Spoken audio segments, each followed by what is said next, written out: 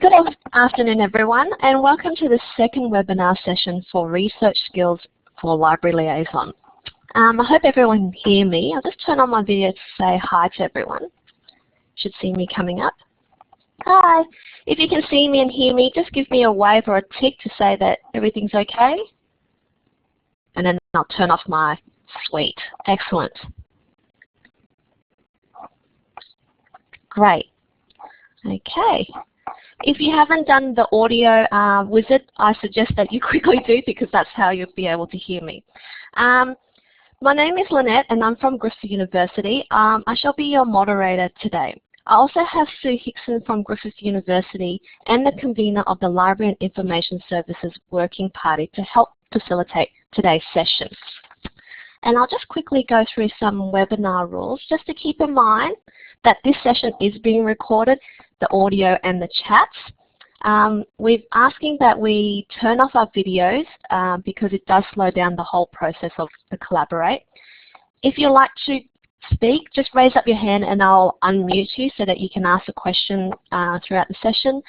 And also, if you have any, if you can't chat, I guess we don't have a microphone, please use the chat box because we will be monitoring that and just repeating the questions for Jackie, who will be our presenter today. This is just the Collaborate tools. If you haven't used Collaborate before, as you all notice, you were all able to give a hands up and a tick to say that you're okay, and the chat box is straight underneath. And I shall now pass it over to Sue, who shall be introducing to you our first speaker.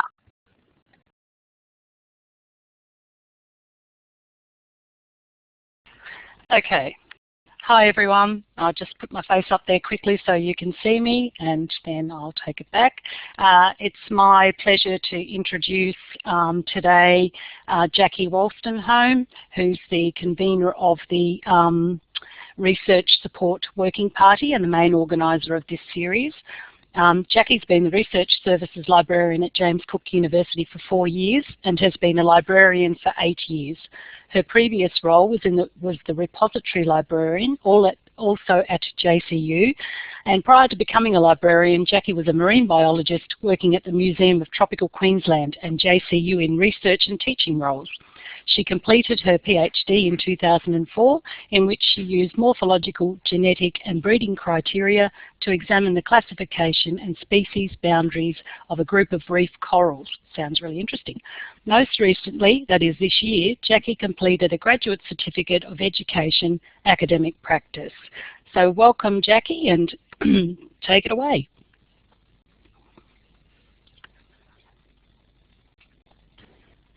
Thanks, Sue, and hi everybody. So there's my video as well, so you know I'm really here. And I'll turn that off and we'll get started. Can everyone just confirm they can hear me? Can I see a few ticks? Great, okay. So this afternoon I'm going to talk about my personal experience in working with researchers at JCU, and I'll present the seminar in 3 sections, breaking for discussion between sections. First, I'm going to talk about the importance of building strong relationships and suggest some ways that you could do this. Then in the second session, I'll give examples of how I've worked with our researchers and give some examples of what did and didn't work. In the third section, I'll tell you about a project that I've just been working on. So throughout the session, you'll need to keep in mind that what works for you will vary with a whole suite of factors. For example, what's the size of your institution? How many researchers are in the area that you support? What's your personality and your job role?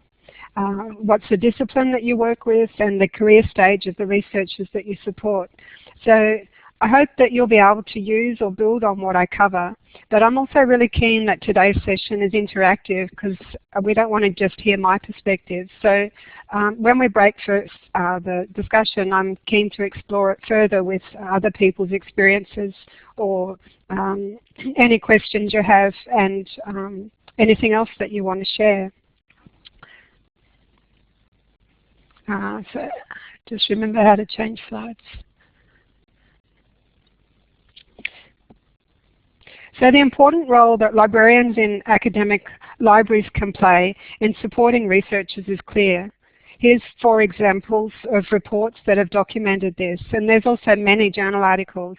And that reminds me to say that the references to these reports and other resources that I mentioned in the presentation are listed on the last slide. And so with this in mind, the focus of today will be on suggestions of how to get the attention of researchers and start a conversation. Or if you already have the attention of the researchers that you support, I hope that I'll be able to offer ideas for new approaches that you can try.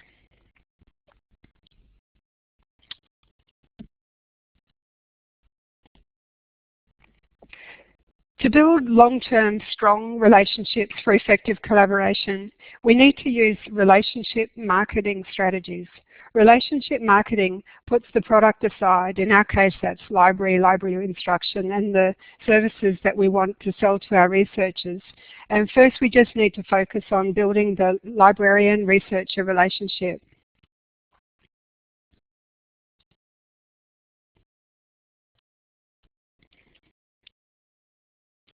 The theory of relationship marketing is described by Morgan and Hunt, who explain that commitment and trust lead directly to cooperative behaviours that are conducive to relationship marketing success. Commitment and trust in the centre of this diagram are the central concepts of their model and are intermediaries between 5 antecedents, which they list on the left, and 5 outcomes, which they've listed on the right. And both the antecedents and the outcomes can contribute either positively or negatively, as indicated by the plus and minus symbols, to the establishment of commitment and trust. In another paper, Phelps and Campbell in 2012 used this model to analyse the relationship marketing in academic libraries.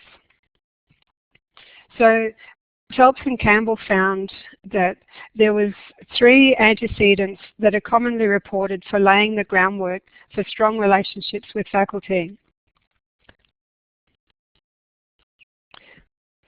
The first of these is relationship benefits. That is, what are each party getting out of working together? This also includes the personal enjoyment of connection. And that's absolutely true for me. I really enjoy the conversations I have with our researchers and feel very privileged that I get to meet and talk with so many interesting people. An example of the second antecedent is shared values. And the second antecedent is shared values, and an example of this is improving the performance of our researchers, and that's something that clearly both the library and our researchers care about. But note that librarians and researchers might use different language, so be open to using their language or explaining what you mean. So the word research, which is core to this presentation, is an example, because it has a different meaning when we talk about research in the context of learning and teaching support. And as Louise said in her webinar last week, we need to present our services within the client's frame of reference. The third antecedent that Phelps and Campbell recognised was communication. We need to stay in touch and remind our researchers that we, that is the librarians and the library, are available to support them. Newsletters and emails can be useful, but the personal touch is really important. And remember that communication is a two-way process. That is, we need to listen as well as give advice.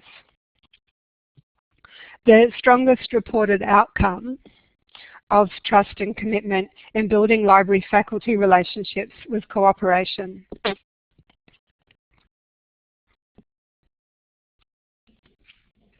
So what I just described in the previous slide is what's been reported in the literature. Now I'd like to add some further personal comments. So first impressions can be hard to shake, so make sure that they're good. And a good first impression will also make it a lot easier to continue building the relationship. So before you get started, there's 2 essential ingredients that you need to have in place to build strong relationships. Firstly, know your researchers, and secondly, know your staff. So to get to know your researchers, check out the information that's publicly available about them, for example on staff profile pages. How many researchers are there in the area that you support, and how many are PhD students, how many are lecturers, how many are professors, etc. You should also get to know how individual researchers operate and then work with this. So some researchers are straight to the point, wanting the info they need in a hurry, while others prefer chatty conversations. You should also get to know their schedules, and this can be quite different to the academic teaching year. For example, when is the academic promotions time of year? And at JCU, I know that biology researchers tend to be busiest doing fieldwork over summer. You can also use social media to follow and engage with the researchers you support. This can be an efficient way to keep up with what your researchers are working on, thinking about, talking about. And then the second essential ingredient is know your stuff. By this I mean that you should make sure you understand what your researchers need to know before you start discussing a topic.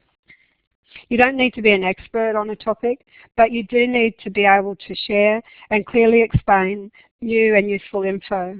And with time, through strong relationships, you'll also be able to learn from the researchers, and information sharing can become a two-way process.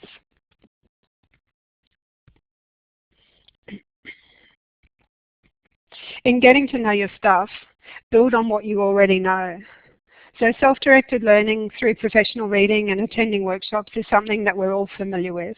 And I also hope that this QLOT webinar series will give you a few more bricks to add to your wall of knowledge.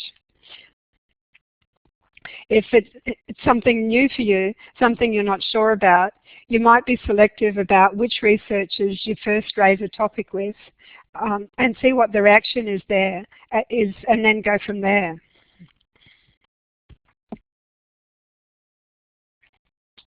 To build relationships, we also need to overcome stereotypes.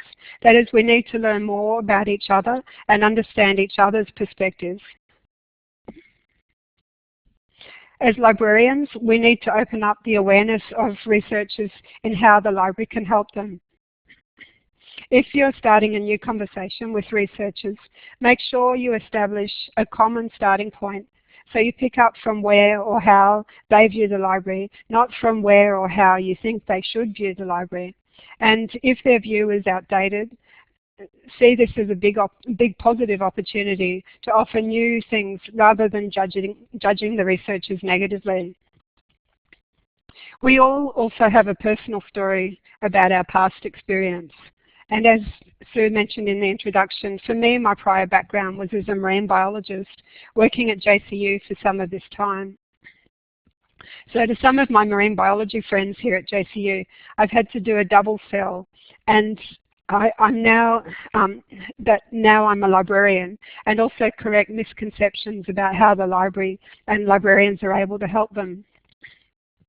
With other non-marine biology researchers, it's been of enormous benefit that I have been a researcher and have personal experience in the research process.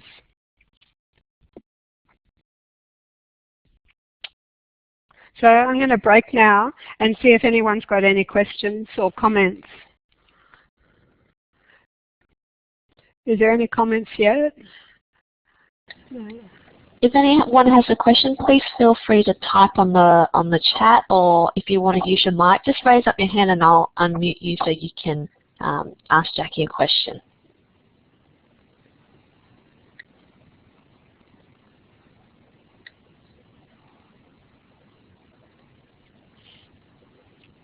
No questions? Oh, someone's typing. I see a Heidi typing. We'll just give Heidi a little while to type. And I'll just repeat the questions in case we don't capture the chat again. How do you find a common viewpoint, and what do you say? Thanks, Heidi. So let me think about that. I guess, yeah, I just have an open mind and listen to what the researcher really wants to know, and then respond to that. So I think the key is to have an open mind and then, yeah, I guess ask them what they're working on if there's nothing in particular that they want to ask, and then take the conversation from there. And then as you get to know individual people, you can pick up from where you were last talking to them. We've also got another question from Finn. How has having been a researcher benefit your liaison? Yeah, thanks, Finn. And so I think a big thing is that I understand the publishing process because I've been through it myself.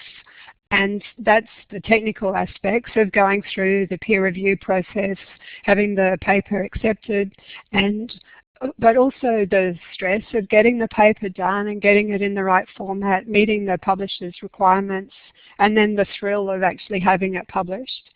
So that's one example. Another thing is just as soon as you can tell a researcher that you have published or that you've done research, it somehow creates a bond and breaks down a barrier that they can feel like, oh, you're one of us. And I have had people say that to me, and you can sort of see them relax, and I can also draw on experiences that I've had and which demonstrate that I do understand where they're coming from. How does that sound? Excellent. Is there any more questions for this section? I don't see anyone typing, no hands raised. Another thing I wanted to say is, even if you don't have researcher experience yourself, that doesn't mean that you can't support researchers. And so you just have to think about where you are, what you know about, and talk about the things that you're confident with. And you know, there's always the opportunity that something that you're doing could actually lead to someone inviting you to collaborate on a research project. And if that happens, I would absolutely say take it and go with it, and it will give you experience and help you to build new connections. And yeah, it's worthwhile in many different ways.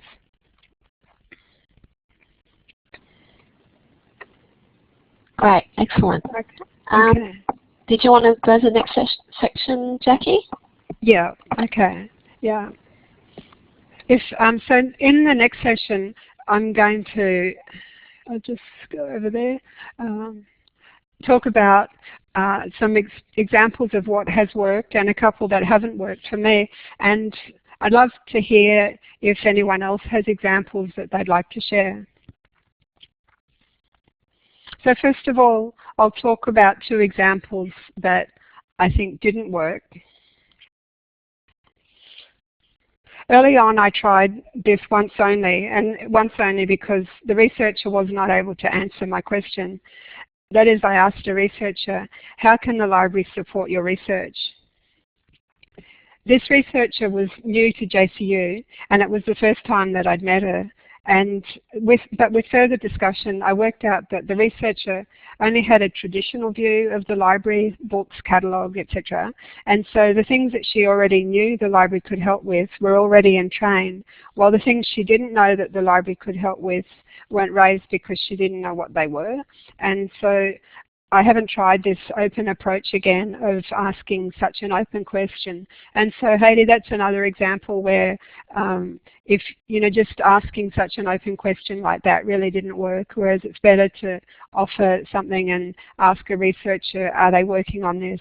Have they got all their publications loaded for HERDEC, or whatever the current priority is for the library?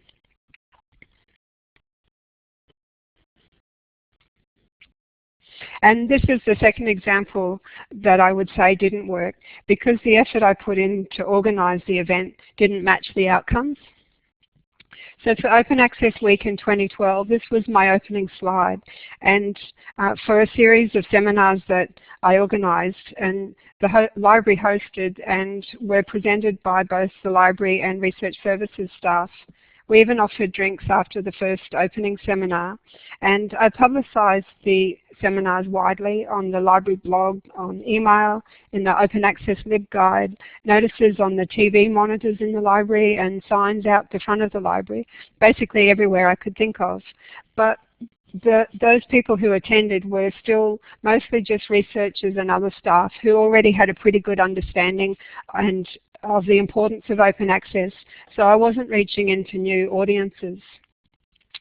So reflecting on this experience, what was wrong? There were still a lot of researchers that were not aware of the significance of open access back then, and so didn't realise the importance of attending the session. And also the seminars were not embedded within existing activities at JCU.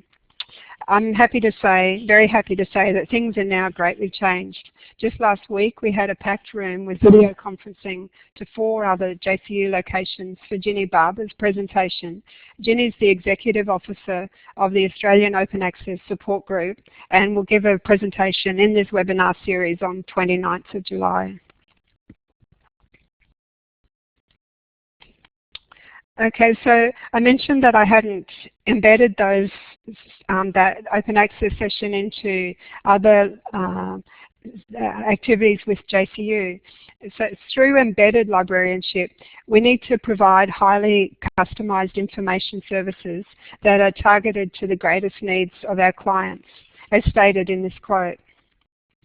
And this quote also states that we need to shift our focus from transactional, for example, checking books in and out, to the characteristics that I highlighted near the start of this presentation, that is high trust, close collaboration, and shared responsibilities of outcomes. So I'm sure you're all familiar with the concept of embedded librarianship, and many undergraduate courses now have an embedded library component, which is great, but I think we've still got a long way to go with doing this with research support.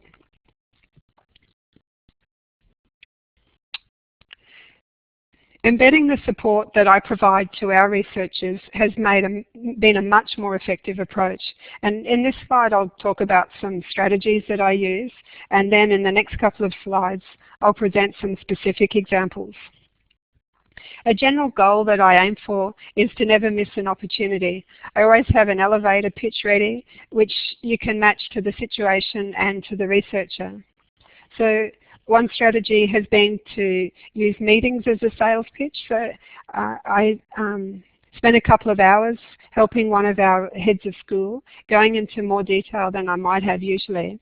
And this then led to an invitation to present on what we'd been talking about in the meeting to the whole school. So that was a great opportunity. It meant that the extra hour or so in that meeting led to being able to present to about 60 researchers. I also go to talks that are in the researcher space that's outside of the library, and if the seminars are by or about topics that are relevant to the researchers that you support, it'll help you to build your knowledge and create an opportunity to chat with the person you sit next to, if nothing else. And if you're not sure what to talk about, an easy conversation starter is to talk about the topic of the seminar. I remember seeing the surprise on one of our researchers' faces, one of our senior researchers' faces, when he saw me in the audience for a presentation that was quite technically complex on visualization of genetic data. But that was what my PhD research had been on, and I was interested to see where the field had gone. Also, visualization of data is an important area in research now. So just my presence in that room, I think, made a strong impact, judging by the look on his face. I don't know exactly what it was, but maybe he was impressed that I had an interest in the topic. Other opportunities are university-wide seminars and social events, for example, Christmas drinks, or a farewell party for a retiring academic. And then even buying a coffee, if you see a researcher that you recognise, or even if it's someone you don't know, but they look like they might be a researcher, start up a conversation. And then, so building these networks can raise awareness of how the library can support research, remind researchers that you're available, and create opportunities. For example, collaborating on a research project, or maybe lead to you getting invited to join a committee. So now I'll talk about some specific examples that I've created, opportunities that I've created. The first was with the academic promotions process at JCU. So back in 2011, I received an email and didn't really understand what it was about. So I thought, well, I'll just go along to this workshop and see what it is. And by attending that workshop, I got an insight into the promotions process and was able to contribute to the discussion. So no one else in the room knew where to find an impact factor or what was the H index. And so I could see there was a great opportunity for the library. In the following couple of years, I've collaborated with human resources, research services, and learning and teaching by giving brief presentations hosted by HR to members of the promotions panel and in workshops for all applicants, as well as equity-funded workshops for female applicants. In these presentations, I've highlighted how the library's resources can be used in preparing a promotions application. And this has led to many one-on-one meetings to help applicants gather the info they need for their application, which includes publication and citation metrics, as well as searching newspaper databases for where they've been mentioned in the media. So after having met with so many individual applicants, I now have a good understanding of how the library can assist with the promotions process, and I'm now working on how to make sure that this involvement is sustainable.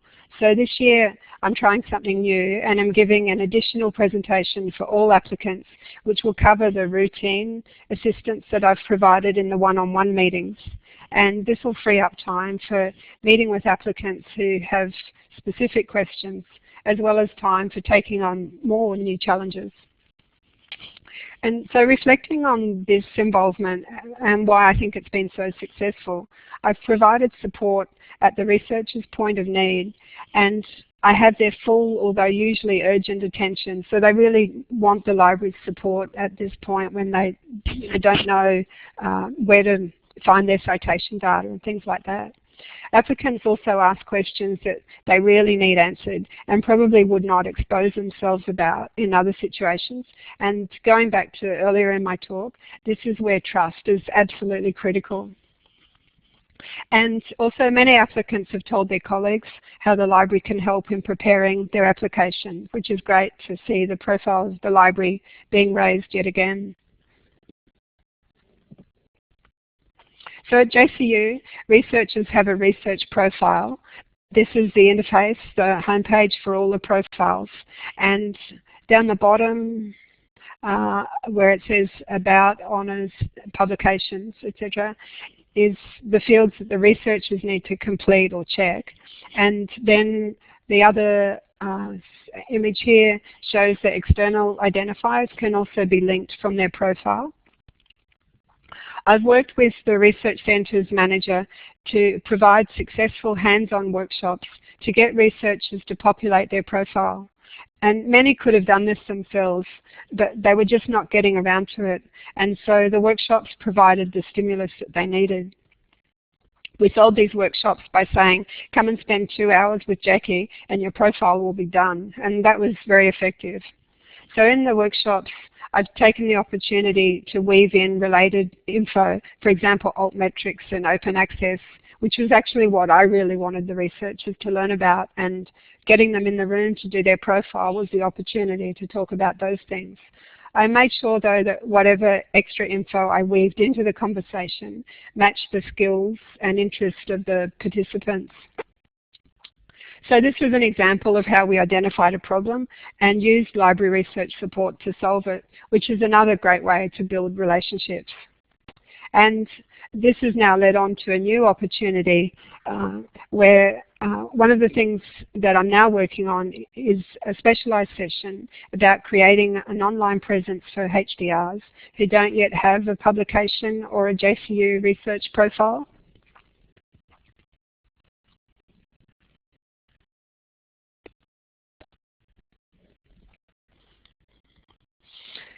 This slide's simply a visual image of the status of the JCU research profiles for the researchers attending one of my presentations. So the rows here labelled as experience, interest, photo, bio, are the fields that the researchers need to manually edit themselves. And then each column is simply each of the researchers. So you can see that researchers 4 and 6 were looking pretty good, relatively good to the others, while researcher 19 is completely red and so hadn't added anything to the fields. And the interesting thing about this is initially I did this to get to know my audience. I did it just for my own purpose when I was preparing a presentation. But I found that it was a really effective way for creating a bit of peer pressure and also a bit of fun actually. And most importantly, it was a great stimulus to get the researchers to add to their profiles. So the last example I'll give is at the end of last year, I attended the Digital Humanities Data Workshop after the eResearch conference. I found that this workshop was really informative, which left me wondering how I could best share what I learned. This gave me the idea to host a workshop attended by both library staff and researchers who are interested or involved in the digital humanities. This way the library staff could hear about what I learnt, but also hear the discussions with researchers. So I took this a step further by asking the digital humanities researchers if they'd like to give a presentation about their research, and the special collections librarian to see if she wanted to talk about how the library's collections could be used for research. So this slide shows the flyer that I created to promote the workshop, and you can see the program in the bottom half of the slide. And so I was the first speaker, and then Bronwyn, our special collections librarian, was the last speaker. So we sandwiched the talks with the 4 researchers who put up their hand to give a presentation in the middle. And then that image was one that was used in the workshop. So this event was really effective in strengthening relationships between the library and researchers, and it also gave library staff an insight into the researchers' research. And for me, it really raised the issue of how cultural sensitivities in sharing data are quite different to the issues that revolve around the ethics of sharing health data. And it's something that I then followed up with the AND staff about. So at the end of the workshop, there was an emphatic yes from all who attended that we should make these workshops an ongoing event. And I was thinking of an annual event, but most people in the room said let's make it twice a year. So the library's taking up this opportunity with the subject liaison librarians now starting to plan for another workshop for sometime next semester. Right, so let's get some discussion going. Does anyone have any strategies or examples that they'd like to share? Or is everyone shy?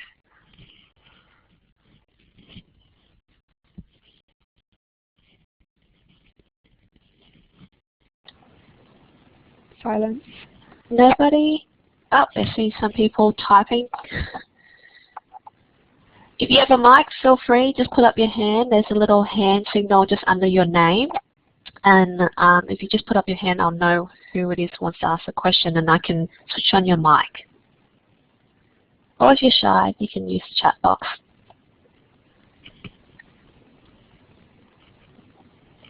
I'm sure there must be all kinds of examples that other people can draw on, and or even things that didn't work or things that you'd like to try and you're not sure about.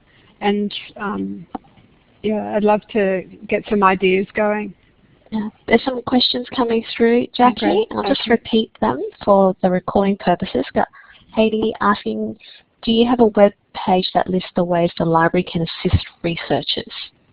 Yeah, so that's a work in progress. So I'm not entirely happy with it at the moment, Haiti, but on the library's homepage we have an icon called Research Support, and I've created some specific info there, but also listed other kinds of material that are available from the library site, and pulled it all together. So it's like a portal for researchers. something else that I did working with the Graduate Research School is that we made sure we weren't duplicating information or providing slightly different information about the same topic. And so we compared our websites and made sure that we were linking to each other's sites. And so, yeah, we cleaned that up, which is great. Graham has a comment. I'm trying to plug out tweet about research impact service at La Trobe. So you're trying to, what was that? Plug out some tweets. Sorry, trying to find out some tweets? I think he's plugging out, so I think he's sending tweets. Oh, okay, great. As a way. Uh-huh. We've got a few more chats coming through.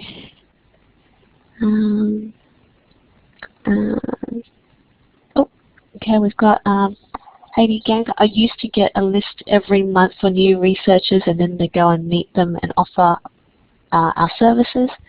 Nika's got a question. How do you direct the researchers where they should go rather than what they think they need?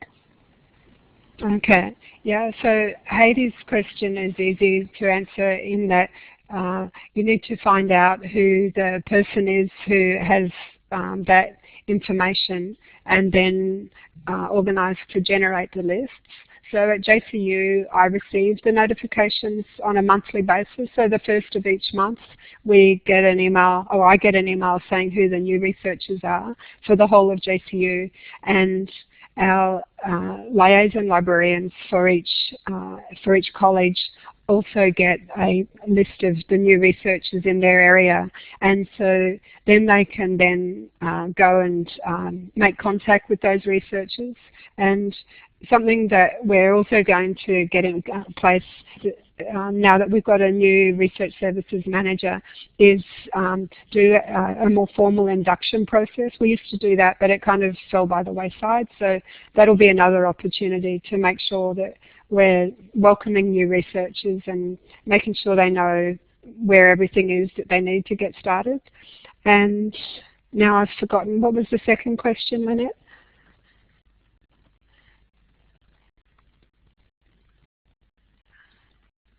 Lynette? Sorry, it might help again if I push the door button. Nika's got a question. How do you direct the researchers where they should go rather than what they need? Where they should go. So do you, can you just clarify, Nick, do you mean like where they should go on a website, or where they, to find the information that they need? Nika's just typing, so okay. It'll come through in a minute. Am I able to see where he's typing? Yeah, you should have a chat, Jackie. Oh, right, yeah, I see now. Yeah.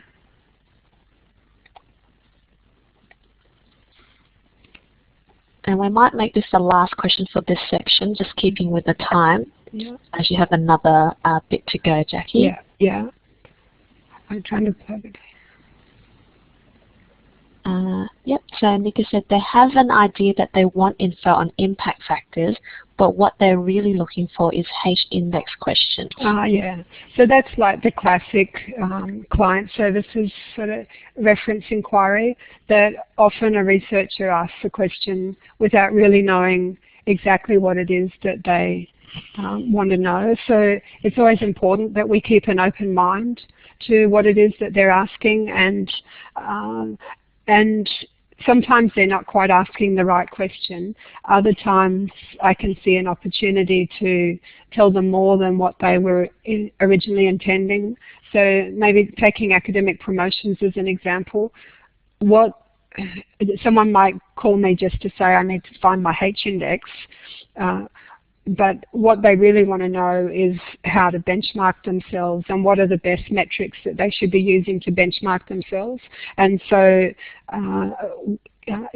one option is to just tell them a bit of information on the phone, say, or in an email, but then open up the opportunity to suggest they come and meet with you in person, and then you could have like an hour-long meeting where you can take them through all kinds of stuff. So I always think with academic promotions, the things that I tell our researchers are things that I want them to know at any time. It's not like, just at that point in time, but that's when they're thinking about it. So I grab that opportunity, and once they know that stuff, then they have those skills and that knowledge to see them through the next things that they work on. So thanks, Graham, for sharing that info. I'll check it out. I see you've found my Twitter name there, so thanks. Great. So that was the last question for this section. I will move along, Jackie, to the next part so we can keep in time with this 1 hour session. Thank you. Yeah, great. Okay, so now I'm going to talk about a project that I've recently completed and just had accepted for publication in the journal Evidence-Based Librarian Information Practice, which is the conference that's on in Brisbane next week. And you'll see the reference to my paper is in the blue box at the bottom of the screen. It's only just been accepted, so here at the end is the Research Online, the JCU Institutional Repository URL, where you can access a copy of the accepted version.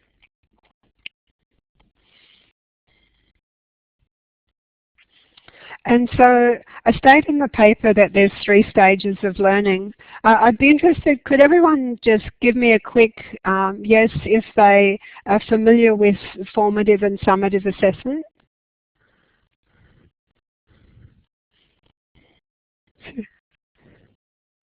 Yeah, so yeah, lots of yeses. Great, okay. So I suggest that in the paper, summative assessment, which is down in the bottom left-hand corner of the screen, is analogous to institutional or national frameworks such as academic promotion, performance assessment, ERA and HERDEX. So these are the things that we use to really judge our researchers and influence their career. And prior to summative assessment, that was my phone, I'm just going to mute that for everyone. So prior to summative assessment though, researchers need to diagnose their learning needs and then through formative assessment, the learner gains feedback which assists their learning. And there can be many feedback loops between the diagnostic and the formative stages. So I'll just keep it at that since we got lots of yeses. And say that in this project, I suggest that library research support is closest to formative assessment in that we help our researchers to develop their learning, which ultimately then leads into the outcomes for summative assessment. So with this in mind, I developed a framework to assist the formative learning of our researchers.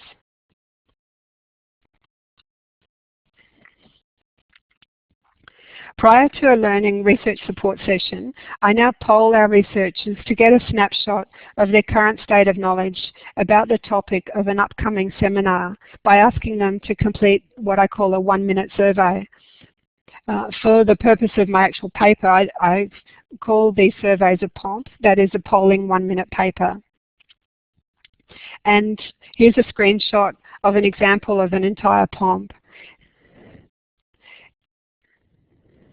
And if you can't read the text on the slide, don't worry about that. You'll see the questions and responses to each question in the next couple of slides. What I really want to emphasize on this slide is that the entire POMP can be seen on the screen. And so it really does only take 1 minute to complete. As one researcher said, it only took him 45 seconds. So the questions in a POMP are tailored for the topic of the corresponding session. This POMP was for Ginny's open access presentation last week, and by completing the POMP, researchers are already progressing their learning, that is their formative learning process, by establishing what they know or what they don't know. And I think it also has helped to stimulate interest in the session that the corresponding session, and maybe getting some more people to come along that might not have otherwise. So despite being so quick to complete, the POMPs are really quite informative for getting to know the audience and therefore help to target the session content.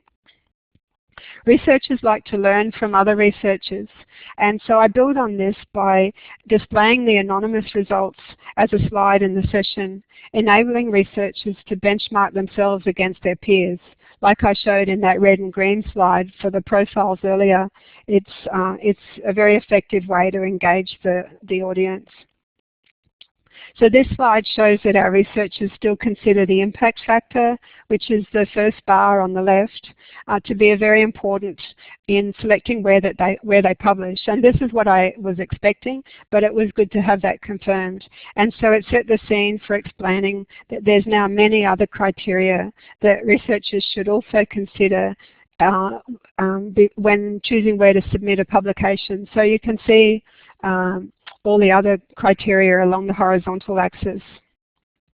And this is just a selection that I used for the POMP. And so the POMPs have quite a high completion rate.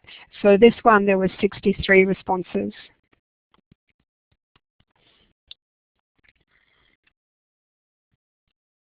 And the second question that I asked was about it shows that few researchers had tried alternative publishing models.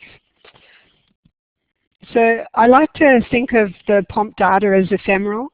If the session has been effective, the data will already be out of date by the end of the session because the researchers will know more than they did when they completed the POMP. In the case of this question, I hope that JCU researchers will maybe consider using a non-traditional publishing model for their next publication. And using POMPs in this way is allowing me to develop the content of my sessions in line with what our researchers are learning and doing. So if they do start trying alternative publishing models, I can, in the next time I meet with a group of researchers, I can run a similar POMP and see where they're now at. And then at the end of a library research support session, I close the feedback loop by asking participants to complete a ROMP that is a reflective 1-minute paper. And in the ROMPs, I ask the same 3 questions for all sessions. That is, what was the most important, what was the most confusing, and what was the most interesting thing in the session. The ROMPs tend to get a lower response rate, but have still been quite useful for helping me to reflect on and improve my teaching. And I suspect also for the people that complete it, it helps them to think about what they've learned. And so with time, I intend that the researchers at JCU will expect a POMP in the 1 to 2 weeks prior to one of my sessions, and then a ROMP at the end of the session. And definitely, I think this is already the case for some of the groups of researchers that I've presented to. So there's several more examples of POMPs and ROMPs in my paper. And if you've got any feedback now or after reading the paper, I'd really love to hear it. And I'd be particularly interested in hearing if down the track you use or adapt what I've presented here and how it worked for you. So there's the references that I've referred to, and that's it.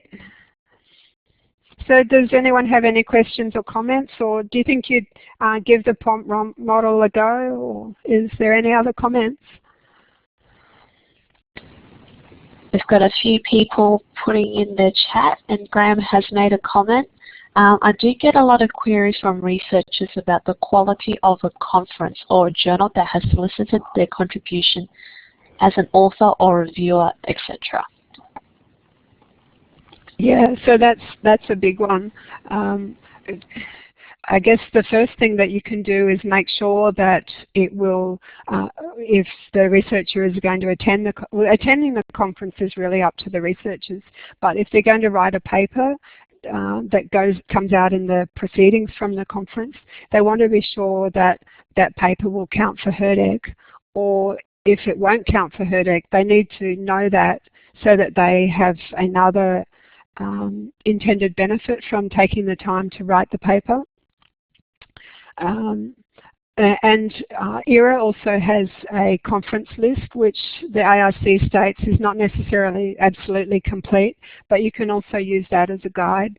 And then researchers need to, or we can help them to weigh up what would they get out of attending a conference. So I can think of one example where a friend attended a conference that wasn't particularly high profile. It was in China, but as it turned out, there was one key researcher from the US who was very internationally famous, and he also attended that conference, and they sat next to each other, and then that led to her doing a postdoc in his lab. So, you know, researchers need to weigh up all sorts of criteria with what it would cost to attend a conference and what their planned benefits are. And these days with social media, it would be a lot easier to find out who's going to the conference and what kind of outcomes they could expect in addition to what's explained on the announcement for a conference. Just a few more questions here coming through. Got a few comments that said, thank you, such a great idea. Maureen's got a question, apart from what a great idea. What program or application do you use to synchronize prompt? Example, Go Soapbox. I have done pre-poll testing with IELTS sessions, not with researchers. Yeah, that's a great question. And I actually did try Go Soapbox initially, but one of the things that I really wanted was to be able to have the researchers tick the boxes, so choose multiple options. So I've got here select all that apply, and Go Soapbox didn't allow me to do that. Researchers or respondents could only choose one option, and so I've actually used Google Docs, and I'm sure there must be other options out there, but this met my criteria of having the researchers simply tick the boxes, so that made it fast to complete, but it also makes it very fast to analyze the data, so to generate the graphs that I have in the next two slides. So I explain that very briefly in the paper, but yeah, just simply Google Docs. Great. Nika had said also, love the idea. Could you use Socrates at the beginning of the session? I've heard of Socrates, but I don't know. I haven't checked it out myself, so I can't answer that question. Sorry, unless someone can tell me a little bit more about Socrates. We've got another comment. SurveyMonkey, maybe. Yeah, I tried SurveyMonkey, but you could only ask 10 questions, and I'm not sure that I could. Yeah, I don't know. Yeah, I don't know why, but I thought there was a lot more flexibility with Google Docs. Got a few more people typing in. Mm-hmm. Graham has made a comment that sometimes he feels like he's a life skills coach. Yeah, it's very true. Yeah.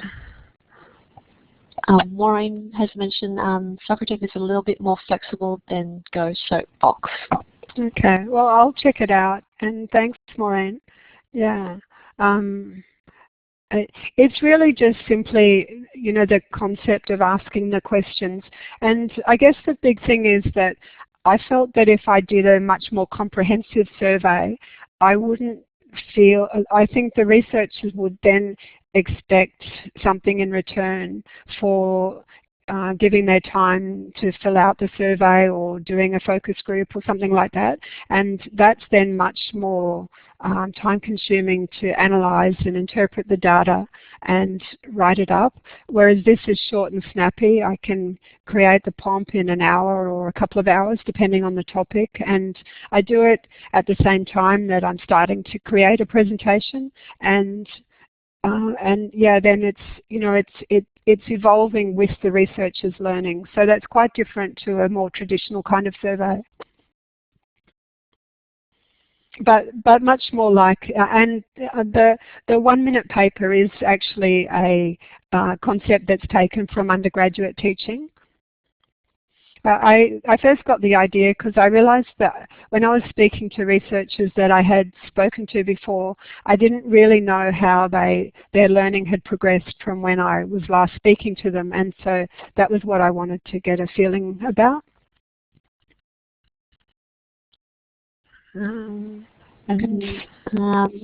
Question from Bernie. Do you email it to all your researchers that might be interested? Okay, that's a great question as well. What I've done is because I've focused on embedding my sessions into existing activities at JCU, that's meant that there's always been a key person like a research manager who I've liaised with to organise the session. So they've usually asked me, could you come and give a session on this topic? And so we've then got a fairly defined audience, and then I send, I actually send the link to the prompt to the person who's organising the session and ask them to then send it out to their researchers. So it has that extra bit of authority. And that was the example where one of our research leaders who asked me to give a session said, please fill out this survey, this 1-minute survey, and it only took me 45 seconds. So, and for that one I got 100% response rate.